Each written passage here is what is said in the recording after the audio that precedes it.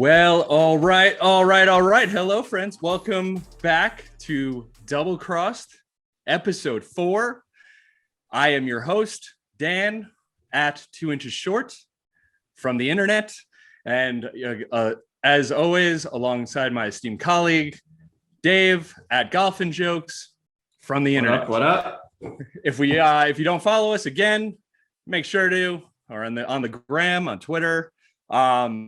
Also, our podcast is available on YouTube, Spotify, Apple Podcasts, and pretty much anywhere else you can find podcasts. Thank you again for all of the positive feedback that you guys are leaving us. We really, really appreciate it. Please support us if you want to. We really appreciate it. You can subscribe, do your thing. We really, really, really, really, from the bottom of our hearts, just want this to succeed. So we appreciate your help. We're Dave, we're getting into springtime a little bit. I had the screen door open the glass door open with the screen open, getting some fresh air. I know I'm actually hoping that the weather stays crappy for the next few weeks. Because I was gonna since courses are closed, I won't feel as bad, right? Yeah, I was gonna check. We're in the mid-teens right now. Is mid-teens right now? Yeah, like low. Weather-wise, I'd say 10 to 14 degrees Celsius. So Celsius. Yeah. Right. What is that Americans translated then to? Your Fahrenheit. I can't even calculate that into Fahrenheit, so someone can Google that. What does that come out to be? I don't know. I'd say we're probably at like 60. You guys? Okay, that's not bad. You can definitely play golf, no problem. But it's not like super nice where you're wearing shorts or anything. So I mean, listen to you say 10 degrees. I'm like, it's fucking cold to play golf. But when you talk about Celsius, I get it. I gotta, us Americans. So I did see, Dave, there's one course that has been staying open. Define the law. Yeah. What do you have any insight into that? Are you close to that? I haven't looked too much into it. All I know is that it's not near me at all. So it'd be pretty much a long drive to get there. But apparently there's been no fines yet. And I don't know what's going to happen with that. I'm hoping soon, though, they just start reopening them, which would be nice. But I haven't heard anything. Yeah, well, again, we had that dream last week where you're just going to wake up one day and everything was open. Hasn't happened yet. Let's hope it happens this week. Again, our thoughts are with the folks of Ontario. We love our Canadian fan base, and Dave's representing hard. So we appreciate you guys, all you guys protesting that you should be able to play golf, and us, people in America, we probably shouldn't take it for granted. But let's get into this week. This week on tour, we had the Zurich Classic, the team event, and the team of the Australian Mullets won. Team Mullet. Team Mullet, Cam Smith and Mark Leishman. Cam Smith's third PGA Tour win, second of which is the Zurich Classic team event, which you won in 2017. It's also Leishman's sixth PGA Tour win. They shot 63 in both best ball rounds. They shot 72, 70 in alternate shot. Things got incredibly interesting down the stretch. Today there was, Dave, did you catch any of it? Did you see any of that back nine today on Sunday? Oh yeah, I watched all of today. To be honest, this isn't an event that my interest level is super high. But if I was playing on tour, this is an event I would definitely want to play, if that makes any sense. I just feel like it feels like it's just such a fun event to, play with your buddy or whatever. But as a fan, it's not something I really get up for. But yeah, it was a great round. I mean, I thought near the end there, Leishman and Smith were going to blow it. Like they had a 2-shot lead and then they kind of struggled coming in, but that chip in really saved them. I mean, it must be nice. Must be nice making a birdie chip in after rinsing your tee shot, but being able to drop it. I mean, but not in all fairness, that was bullshit. Like that was such a good drive. It just got such a bad bounce. Like, such is golf, man. But I mean, it's what you do with the next shot. And instead of, I think I heard Leishman say after the round, instead of beating up Cam Smith about, what the hell, man, he was like just focused on the next shot. And I mean, it was perfection, clipped it perfectly, and gave himself that birdie, and then almost gave it right back on 17. Another big swing there, and then par 5 18th hole. I'm not sure whether Leishman hit a great second shot in there, but Cam Smith was able to make something happen. And this team of South Africans of Schwartzel and Oosthuizen just Oosthuizen couldn't quite convert. And then that was a terrible drive, right? Like geez, yeah, it was over from there. About that.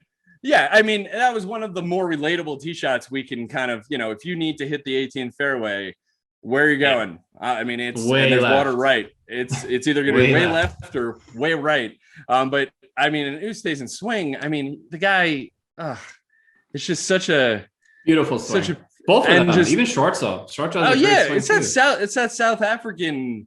Which we're going to get into and talk. Yeah, we're going to talk about a young South African, also like Trevor Immelman, won a Masters, like stuff like that.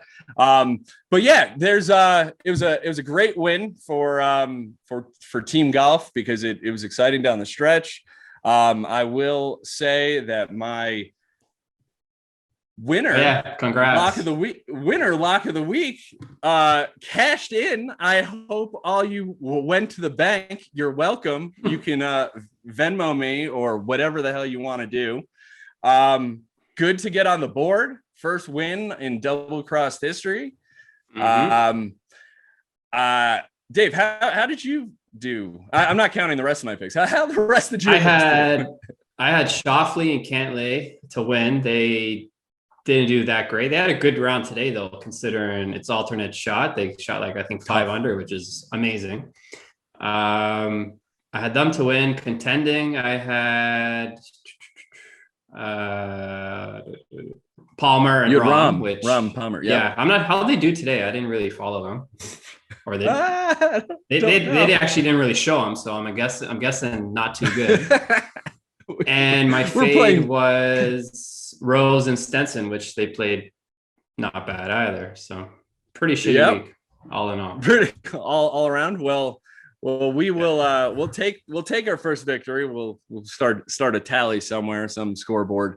My other picks totally did the opposite. Kiz and Scott Brown did not even make the cut, and my fade was Bubba and Scheffler. They were there until, again, teamwork, camaraderie. I mentioned that last episode. Didn't quite pan out, although Scotty Scheffler's going to be, he's a stud. He's going to win eventually. He's a good player. Yeah. So let's, so thank you again for all the support with the winning pick. Again, the DMs are open. The Venmo is open. I can, if you guys want to start purchasing my picks, I will put them on my website. But I'm not going to get carried away. We have another week next week, which we're going to get into a little bit. Let's just talk about what we saw this weekend besides the golf. I know we were discussing walk-up music last week. I saw Justin Rose bust out an air guitar. Dave, did you see anything cool? Leishman walking out the mullet was pretty awesome. That's good energy, man. Yeah. Other than that, I didn't see anything crazy as far as walkouts go. Yeah, nothing too spectacular. I mean, you get the quick, reaction and then just business as usual. But it is still a cool thing to see what kind of taste in music these guys, have and what kind of pumps them up or whatever. Then speaking about Justin Rose, we got a handful of Justin Rose commercials, at least here in the United States. I got confused between who is part of my team, whether it's Zurich or Morgan Stanley, or if they're part of the same team. I know it's all Justin Rose's team, But good for Justin Rose. He must be raking in some cash defending his gold medal going into the Olympics in Tokyo. And then we also saw some alligators on the golf course. We were in the bayou in New Orleans.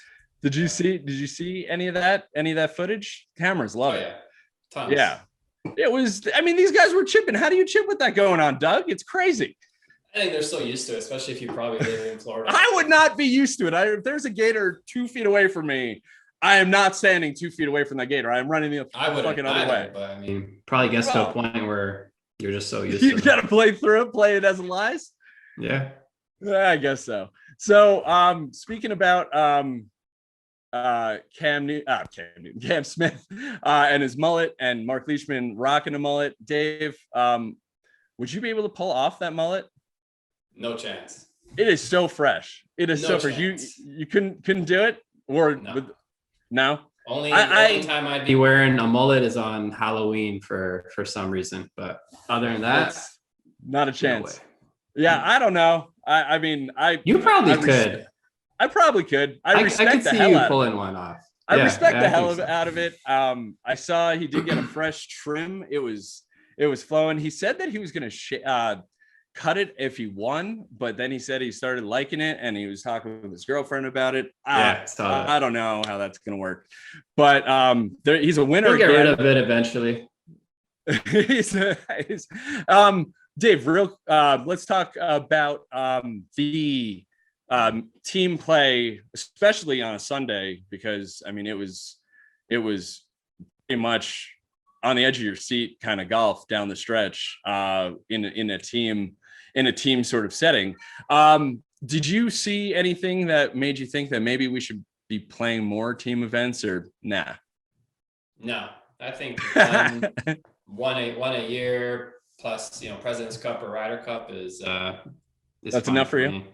That's enough for you. I mean, because you saw nerves, because there are elements that are totally different, especially during foursomes and alternate shot, because you're playing with, it's not, you want to leave your partner with the best opportunity, right? So there's pressure, man. You don't want to let your partner down, so there's definitely a lot of pressure, and probably more pressure, to be honest, because I'd rather let myself down than let my partner down. Right. That's why I'm saying that's why I think it was there was that drama down the stretch. And plus they're countrymen too, right? I mean, Schwartzel and Ustason have been friends since they were talking about since they've been 12 and 10 and it felt like a team sport, and it was kind of cool. I thought. But I did want to ask you a quick question, and I think I know the answer. For if you're playing a match for $10 million, 18-hole match play, you could get one PGA Tour player to be on your team. Who are you picking? Obviously Tiger. Okay, yes, Tiger. Even today, or president, it doesn't matter. You give me even today with one leg, I'm taking him. Even with one leg, yeah. 100%. Yeah, for sure. Which we're gonna get into in a little bit. Some other quick news. One thing we do want to mention: there's this guy named Garrick Higo. He's a 21-year-old South African. We're talking about these South Africans and how they're good at golf. He shot 63 on the weekend to win. It's his second win. He won in his 7th start. He won in his 17th start. I just wanted you guys to hear the name. Garrick Higo, I believe that's it. Keep an eye out on him. Just a little golf news outside of the PGA Tour. Let's now look ahead to this week, which is none other than the Valspar Championship, home of the Snake Pit at Innisbrook, the Copperhead course. Paul Case is the defending champion for the past 2 years, well, 3 years really, because they didn't play it in 2020. Hell of a field, playing a really difficult golf course. Suggest tuning into this one. I believe it's on CBS again and Golf Channel. World number 1 and 2, DJ and JT will be in the field. Patrick Reed, I'm obligated to say him because he's the 7th ranked player in the world. Tyrrell Tyrrell Hatton, Victor Hovland, Sungjae Im, and again, Paul Casey. Then you got guys like Phil Mickelson, Bubba Watson, Louis Oosthuizen, Justin Rose and his team of Zurich and Morgan Stanley. So you got a pretty big field. We were talking Snake Pit Real. It's hole 16, 17, 18, the 3-hole stretches. Maybe at some point we'll talk about 3-hole stretches on tour. Tough finishing, par 4, par 3, par 4. Dave, do you have any feelings on the Valspar before I tell you a fun little story about Innisbrook? It feels kind of out of place this season. Am I wrong? Yeah. No, I mentioned to you, I was like, well, isn't Honda next week? Like, that's what I thought. I was like, what? Yeah. Yeah. So I guess maybe, they reshuffled it this year. But yeah, good field. Tough course, has its notorious snake pit finish on holes 16, 17, and 18. How do you think you would do on that finish? Oh man, I'd be lucky to get out of there alive without, not even with a. But I what do you think is a tougher finish, that or the bear trap? I don't know, man. I think Innisbrook might be tougher. I know you got some crazy par 3s on that. I'm sorry about. Yeah, agree. It just depends how the wind is. Yeah, I mean, and also how the course is playing. If the greens were soft, because Honda on the bear trap and PGA National, when that wind's blowing 30 miles an hour and you're trying to hit to a green like that wide, a sliver. Yeah, I just think it requires solid golf, and I think that's why it's a firm test. It's a solid test. It's one of the tougher tests that these guys play all year. It's not a super long course. In fact, it's 7,200 yards for that. By that standard, it's for the pros. That's shorter. That's pretty much average, I would say, on tour. But it's defended well. So we're looking forward to a solid field playing a good golf course should make for some hopefully an exciting finish come Sunday, and the weather's good. We also always pray. Just a little side note about Innisbrook, the Copperhead course. I heard back from Golf Channel, I think, ran a story about how the golf course was once used as a means to lure drug cartel members to a wedding at the golf course to play a round of golf. And they wound up having a bachelor party in some high rise in Tampa, local area. And it wound up being like a sting, and like a lot of dudes got arrested. It's just kind of crazy to think that a golf course was part of a sting operation, that like involving guys like Pablo Escobar. I just, just a quick side note. I don't know whether you guys knew that story, but yeah, I just figured I could add some value to this podcast.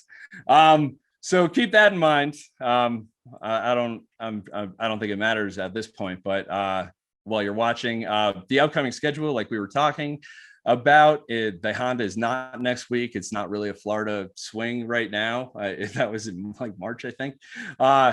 It was we got the Wells Fargo coming up, then the AT&T Byron Nelson, and then we get into major week with the PGA. So just keep that on your radar. Dave, let's get into our locks of the week. I know I'm riding high. What do you got for your winner at the Valspar? I'm gonna go with Jason Kokrak. He's been playing pretty solid lately. He's finished top 10 3 times in a row prior to his 49th finish at the Masters, which is pretty good.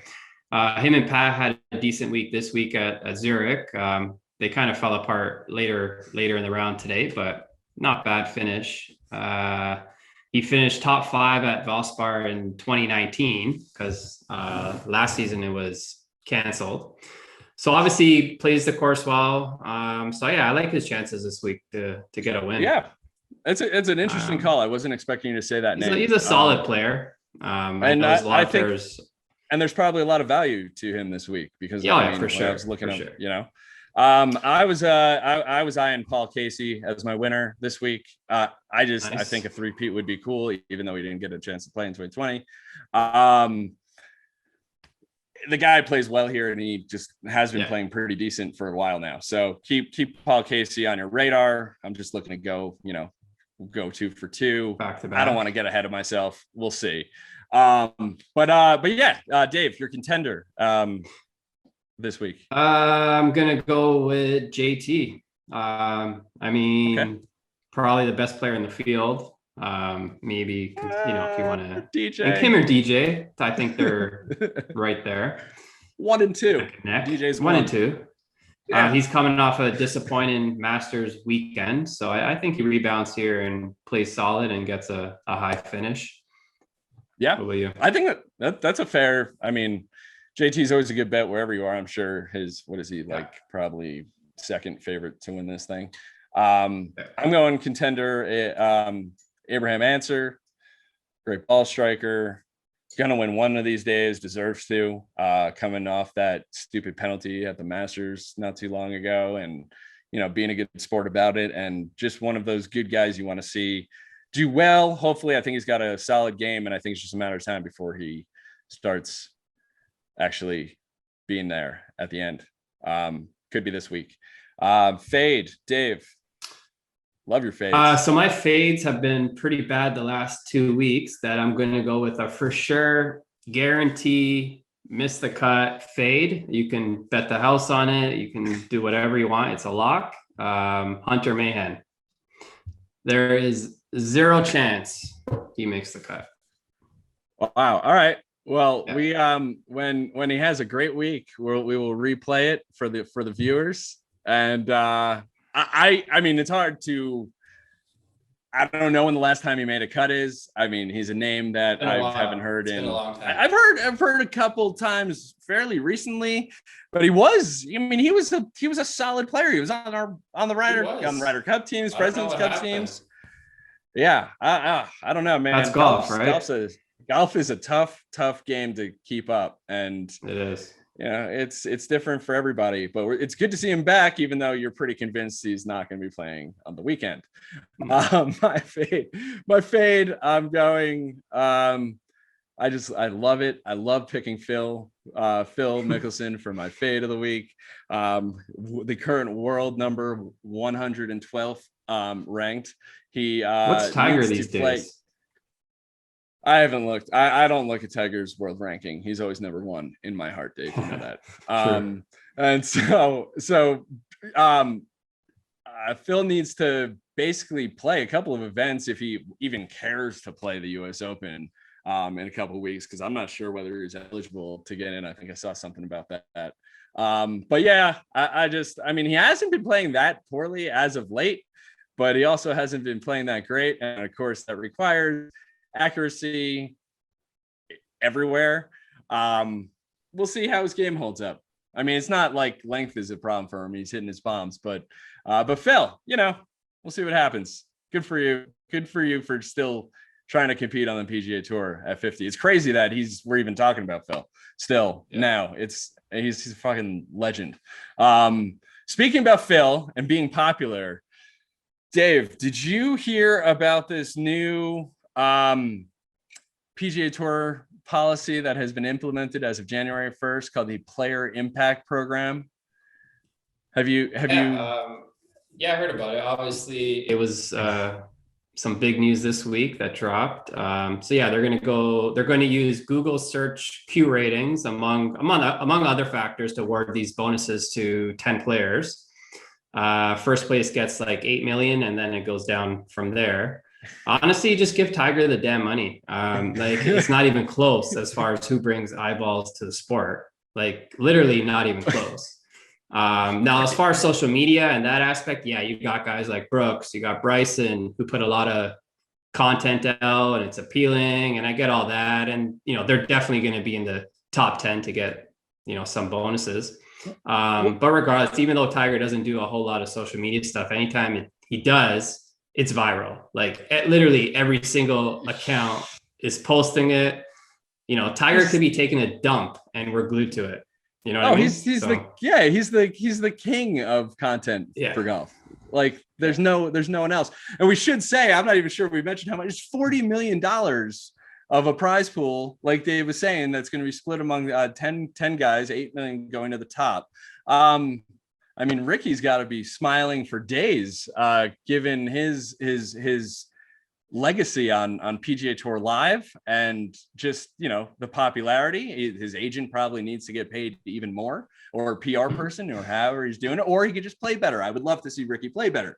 But yeah, like you were saying, man, Tiger is the needle. He deserves all 40 million for the next however long you're doing this. It doesn't fucking matter. We were talking about it. It's good because it gets players kind of engaged with fans, right? And because they kind of need that, and that's that kind of interaction that, you know, because golf doesn't really have that kind of team camaraderie and social media accounts and stuff like that. Like, you know, yeah, Tiger's a brand basically, but like you have other guys who are interacting on Twitter all the time, or on Instagram even, right? However, now, is the tour doing this to kind of get players to start pushing the content more and getting more marketing towards the tour and all that? Because if that's the case, why aren't they allowing accounts like ours to post their stuff and spread the gospel of good golf spread content? the content of theirs, you know? But Dave, it's an excellent point. I mean, I'm pretty sure, you know, we can try and talk to the authorities, and I'm sure they'll have the same answers as we've been getting for a long time now. I know we both have had some run-ins with the tour, and so I don't quite know. I mean, you could take that $40 million and fund some of the Corn Ferry stuff, the Corn Ferry tour with the developmental guys, and coming up, and give them an actual opportunity to because they're guys who deserve chances, who just don't have the funds to get there. And also, you grow the game initiatives, you know, you can make a better app, you could do better app, you know, you could just do better things. I get you're also trying to kind of compete with like kind of the what was it, that PGL, the Premier Golf League, where they want to entice like the top guys that they're going to get paid like huge bonuses, and it was like Saudi money or something like that. So I think this was partly in a response to it, and I think the tour knows that their best, I mean, they're a product, and their best assets are their players, and they need to maximize everything they can out of them. And they're trying to do it in the most, I think, diplomatic way possible, even though can be divvied up probably fairly differently. Who would be your top 5 guys if you had to pick right now? Like popularity? Or who do you think would win right now? Top 5. The most popular guys on tour are I mean, I would think are Tiger, like Ricky. I mean, I'm just saying, going Ricky. You're going Ricky too. If you're asking me who like based on Q metrics and the top rated people, I mean, I think they did it in 2019, and it was who was it? It was like Spieth, Ricky, Bryson, JT, DJ, and Tiger were the 1, 2, 3, 4, the 5 like top. I mean, and Tiger won, obviously. Yeah, Tiger was 1, but easily. And you know, dude, we're hearing about this now. They originally came out with the fact that they said that it was FedEx Cup. It was going to be maybe a little bit based on performance. It's not even based on performance. Like, no. We're going to have to debate who's the bigger, who's got the best Q rating, like Jack or Tiger now? Like, it's obviously Tiger. But you know, who's gonna be like hiring these guys? Are they gonna give them social media managers? Are they gonna give them like SEO specialists? Like, how are they? I mean, I guess that's gonna be part of their team. That's gonna be part of Bryson's team now. I don't know. It gives them definitely some incentive to push some other things. I mean, as long as they're pushing the PGA Tour agenda, I'm sure the PGA Tour will appreciate it. And I think that's what they're trying to get them to do. So that's that. Stay tuned for more on that, because I hope there's like an awards ceremony and we really blow it up like the Oscars or something, which I think I doubt that'll happen. No, they're probably going to keep it hush hush. And here's more money. Here's more money. It'll be a tweet. So yeah, I like the communications department. And so speaking of Tiger, we did have a chance to see the man, the myth, the legend, Tiger Woods emerged, posted a picture of himself on social media for the first time since he almost died on February 23rd. He was looking surprisingly like himself. He accepted a cast and an air cast on his and a boot on his leg. With his he called the man's best friend his dog, which Dave, do you know which dog that was? I forgot the name. It's a border collie or something like that. I was talking about the name. I don't know. Oh, the name? I have no idea. All right, so we'll get on that. It almost instantly gave us hope. Will he play again? Will he walk? Will he walk again? Will he play again? Will he win again? I'm going with the late great Judge Peterson. He's gonna play, and by God, he's gonna win. It was great to see him. Dave, what were your thoughts on seeing basically? I mean, he's basically my hero. Being alive again. Yeah. Obviously broke the social media golf world. Which was amazing to see. He looked jacked. He looked happy. He obviously feels good enough to start showing his face in these pics, which is super encouraging. Honestly, he's winning again. I don't care what anyone says. This will be like comeback number 47. And he'll win again. I have no doubt in my mind. There was another pic too, which was going around Saturday of him and Erica in a cart watching Charlie play. And Erica was driving the cart for the tour, posted a hilarious meme with the caption Erica telling Tiger that she's seen the way he drives and to get in because she's driving. And honestly, at this point, I hope he never drives again. A golf ball, yes. A car, no. Yeah, anything, any vehicle. His driving record is terrible. Mm-hmm. But just amazing to see. Looks in good spirits, and looks like he's recovering pretty well. Yeah, I mean, I'm thrilled to see Tiger back. Literally, he could have been dead, man. I'm so grateful we should be so grateful that he looks like he's himself. Well, hopefully, probably a little still shaken up and has a lot of time to recover, and he's going to have a lot of physical therapy. It's going to be a ridiculous road back. Long roads ahead. But I was going to say, as we all know, if there's one person who can do it, it's Tiger. He's done it before. Yeah, there's really nothing. So yeah, again, it was amazing to see our hero, our Lord and Savior, alive and well, and on the road to recovery. Brooks actually mentioned in the when we were talking about the popularity contest, he even said that Tiger deserves all of the money all of the time. Yeah. And speaking about Brooks, you can ask any player on tour and they'll say that same answer. Yeah. Oh, exactly. I think Phil has even calculated how much money Tiger has made for him. And it's an obscene amount of money. I think I don't know the exact number. I don't want to say anything, but we all know Tiger is the needle. But Brooks, we're just talking about Brooks. Brooks has been in the social media. Well, he's always puts himself in the social media. Well, have you noticed he started picking it up lately since that tour announcement? Especially lately, I feel like. Well, I mean, Tiger did the same thing with the tour announcement. Then he posted a picture of himself, and bam, instantly winner. Why are we even running this contest? Well, he doesn't even need to post anything, but definitely Brooks has. So Brooks has upped his game a bit.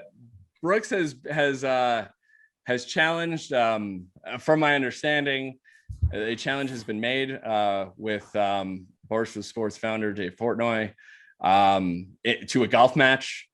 Dave, could you explain this a little bit further for the people, because I'm a little bit out of the loop on this one. Talk to me.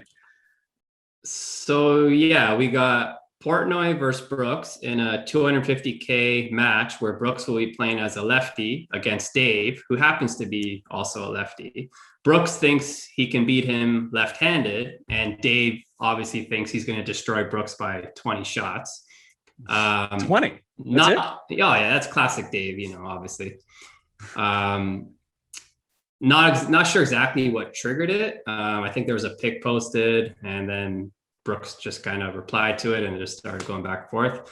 But if you watched Dave do his US Open Unlimited Mulligan challenge, which he shot 4 under par, and I think he used 300 something mulligans. But yeah, if you watch that, obviously I don't think he has much of a chance against Brooks. Brooks posted a video of him swinging left and pretty good.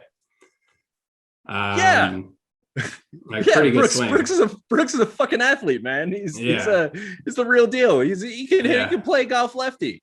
And so it's been funny seeing the tweets go back and forth between the two. And honestly, they're classic Dave tweets. And in my opinion, is the last person you would ever want to get into a social media beef with, because he'll absolutely bury you. Hands down. Yeah. I saw he called them cupcake.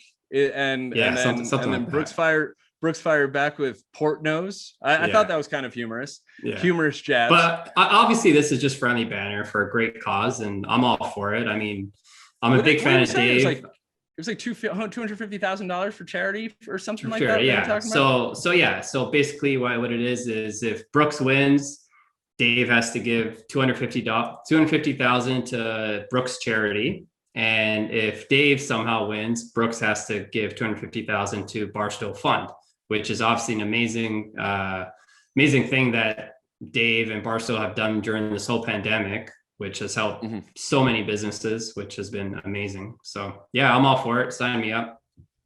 Yeah. It's great content. It gets, you're taking a world-class player like Brooks and putting him, making him look like a normal person who he is a normal person, and Barstool is obviously good at what they do. And, but the fact that Dave Portnoy, he runs a great business. Obviously, I think we're all very envious of that. But to think that he could even step on the same golf course as Brooks is fucking wild. There probably is going to be pretty much out of. I don't think it's going to work out for him. But he probably has to get a mulligan, a hole, or something. He's got to get something, because there's no chance. Took 300 mulligans, and now he's not allowed something any like mulligans. That. And what course do we know what course? I think it's supposed to be like late summer or something, right? I haven't heard. I don't know. There's no details yet, but I don't know where. But Brooks is going to beat him by 400 strokes. And I'm sure it's maybe not that much.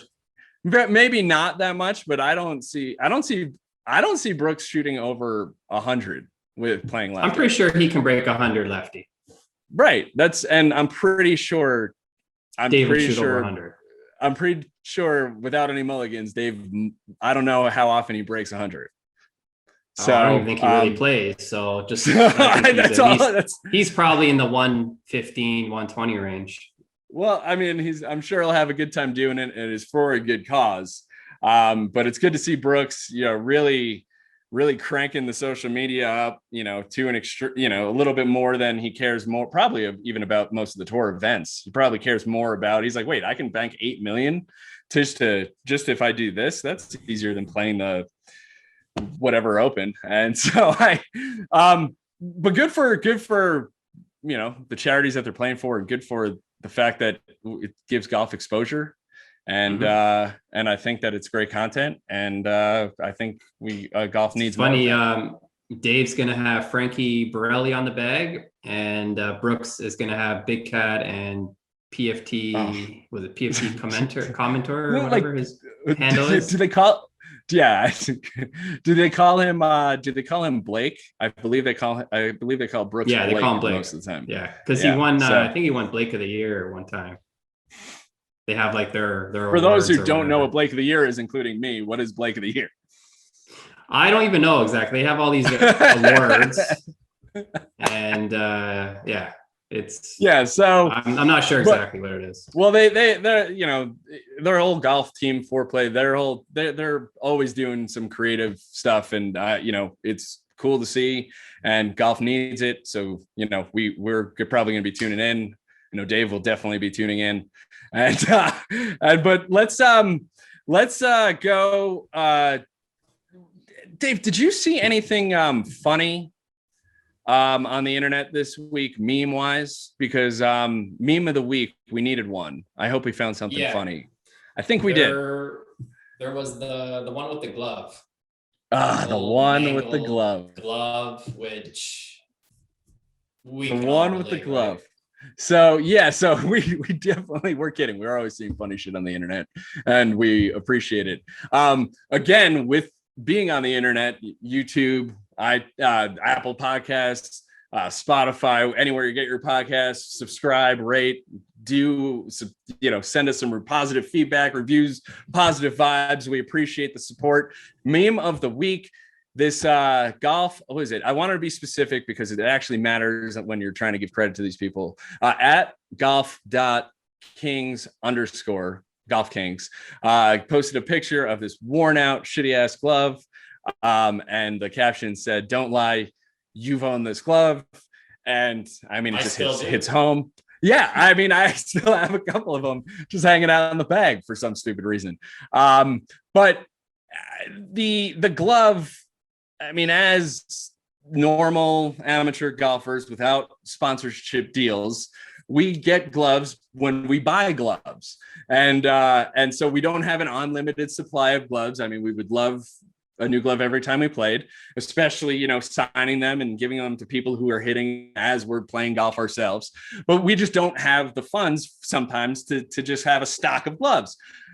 We wear them out. We always wear them out. I mean, and especially, when you're using a little bit of a higher quality leather and you're taking them to the range, they get worn out, and it's really tough to part with until they really start ripping. This is kind of what, if you're watching us on YouTube, kind of see is the epitome of the most relatable golf glove pretty much you could imagine. Well, Dave. Pretty much anyone who's listening right now can probably go into their golf bag and pull out this glove. Right. Most average golfer isn't changing their glove every season, or they'll probably play the same one for a while. It was a super relatable meme, and those are usually the best memes in my opinion. How often do you change your glove? Being out in Colorado, I don't wear a glove nearly as much, but when I am playing courses in the South and where it's humid out, like middle of summer, also sometimes I'll throw it on. I basically have a rotation of like 3 gloves that I have like per year. And that way I'll make sure like I'm never out. I've always been a Titleist guy when it comes to golf gloves. They kind of are partnered with FootJoy, so I'm going to give a FootJoy Stay Soft a try this year. But it's always been the Titleist player's glove for me. And it's been kind of like a rotation like that. And we're not even going to mention like rain gloves are kind of important too, but like it's a whole other segment. But golf gloves themselves, I have a rotation. I would recommend rotating them. But Dave, how about you? I mean, what's your brand? What's your go-to? Or are you like a sucker for a certain type, or No, I'm not. I don't have a brand or a certain type of glove that I stick to. I'll usually change my glove once, sometimes twice a season. For sure, once every season at the start. I'm not picky. Just something that fits well, feels nice. Right now, I think I have a tailor-made one in my bag. Like a tour, like grade, like. Yeah, I don't know exactly what. It feels good. It feels nice. Yeah, does the job. That's good. Yeah.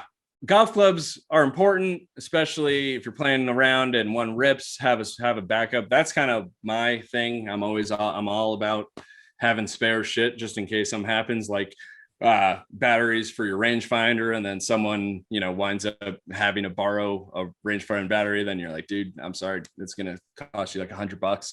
You could sell them. You can do whatever you want. But yeah.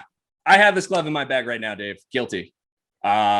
It's an amazing meme. We appreciate the humor. Again, DM us at Golfin Jokes out 2 inches short. We appreciate your submissions to be featured. Let us know.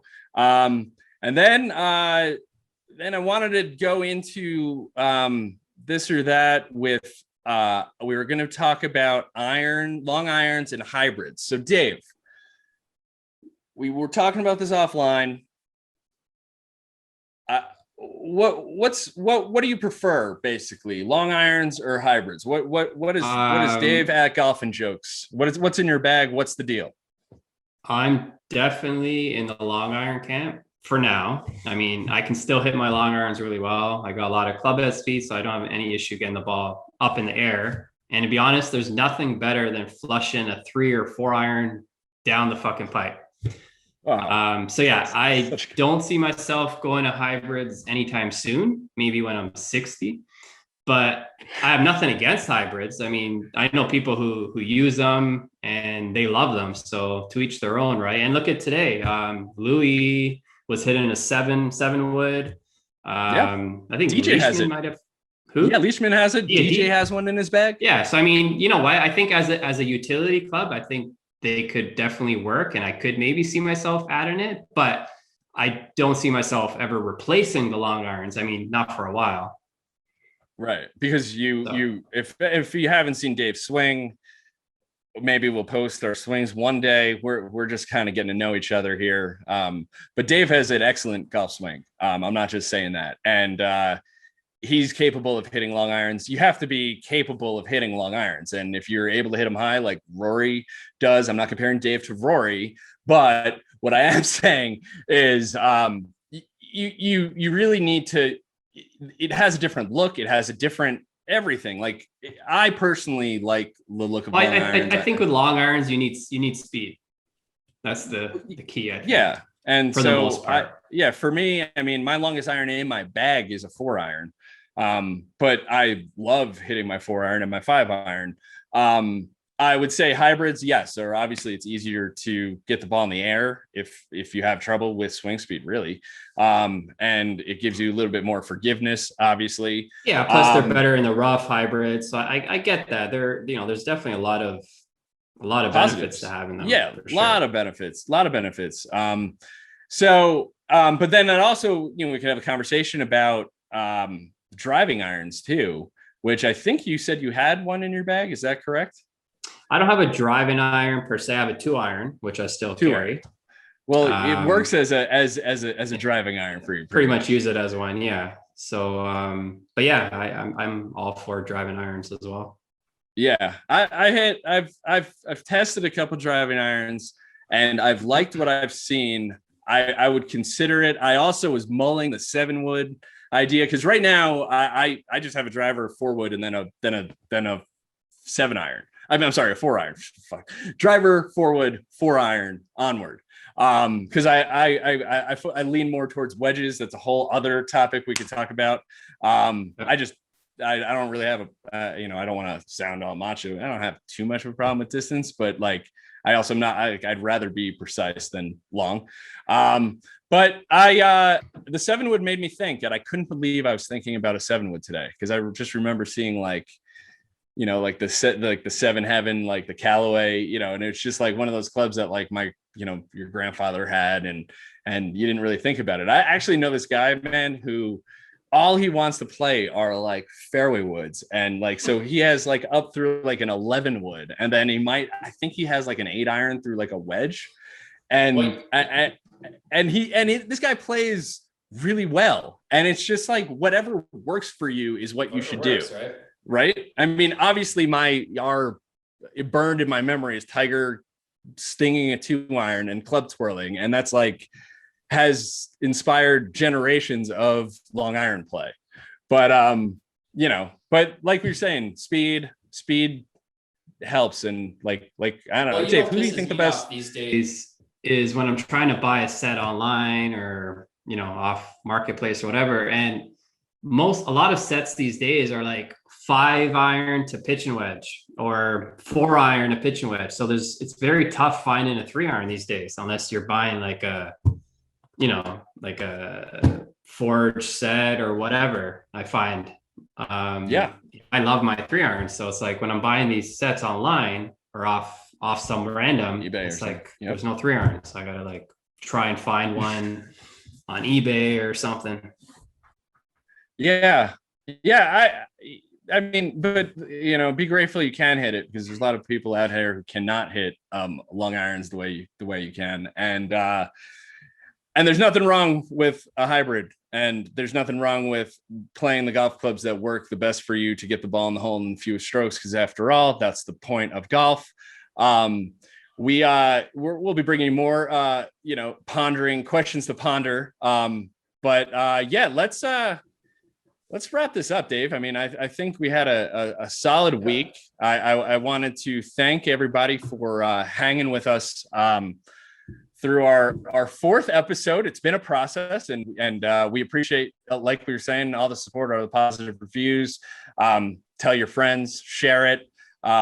Please, like we were saying, give us a shout out, DM us, talk to us. We like to engage with people. That's why we're on social media. That's why we're doing this podcast. We are people too. And we're just like, probably everybody who's listening to this. So check us out. Again, YouTube, Spotify, Apple Podcasts, anywhere else your podcasts are sold, or where you get them for free.